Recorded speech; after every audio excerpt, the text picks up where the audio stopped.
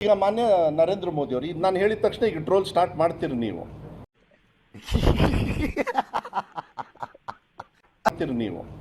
Covid ಟೈಮಲ್ಲಿ ಪಾಪ ಅವರು ಉದ್ದಕ್ಕೆ ದಾಡಿ ಬಿಟ್ಟಿದ್ರು, ನಾನು ಬಿಟ್ಟಿದ್ದೆ. ಮರಿತಿಬ್ಬೇಗೌಡರು ಏನು ಮಾಡಿದ್ರು ಗೊತ್ತಿಲ್ಲ ನಂಗೆ. ಅವಾಗ ನಿಮ್ದಪ್ಪಯ್ಯ ಅಂತೀನಿ, ದಯವಿಟ್ಟು ಹೇಳಿಕೆ ಬಿಟ್ಬಿಡಿ ಪ್ಲೀಸ್.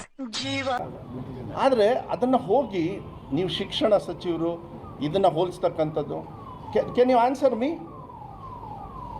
ಅಬ್ದುಲ್ ಕಲಾಂ ಅವ್ರ ಬಗ್ಗೆ ಇದೇ ರಾಜ್ಯಾಧ್ಯಕ್ಷ ಏನಾರು ಮಾತಾಡೋಕ್ಕಾಗತ್ತಾ? ಅವರು ಕೂಡ ಬಾಚ್ಕೊಳ್ತಾ ಇದ್ರು, ಗೊತ್ತಿಲ್ಲ ನನಗೆ. ಈಗ ಒಂದ್ ನಿಮಿಷ ಈ ತಲೆ ಬಾಚ್ಕೊಳ್ಳೋ ಒಂದ್ ನಿಮಿಷ.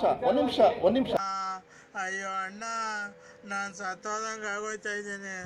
ಅವ್ವ, ಅಯ್ಯೋ ಅಯ್ಯೋ. ತಲೆ ಬಾಚ್ಕೊಳ್ಳೋದು ಅದು ಬಹಳ ಸಮಸ್ಯೆನಾ ಇವತ್ತು. ಅಧ್ಯಕ್ಷರು ಒಂದು ಪ್ರಶ್ನೆ ಕೊಟ್ಟಿದ್ದಾರೆ, ಅದು ನಾನು ಹೇಳಿದ್ದಲ್ಲ, ಕೆಲ ಶಿಕ್ಷಕರು ನನಗೆ ಹೇಳಿದ್ರು, ನಾನು ಹೇಳಿದೆ ಅಂತ. ಮತ್ತೆ ಮುಂದುವರೆದು ಅವ್ರಿಗೆ ಮೋಸ್ಟ್ಲಿ ಆರ್ಥಿಕವಾಗಿ ಸಮಸ್ಯೆ ಇರಬೇಕು, ನಮ್ಮ ಯುವ ಮೋರ್ಚಾದವ್ರಿಗೆ ಹೇಳ್ತಾರೆ ಪ್ರತಿ ತಿಂಗಳು ಅದಕ್ಕೆ ವ್ಯವಸ್ಥೆ ಮಾಡ್ಲಿಕ್ಕೆ ಹೇಳ್ತೇಳಿ ವಿಜೇಂದ್ರ ಅವರು ಇವತ್ತು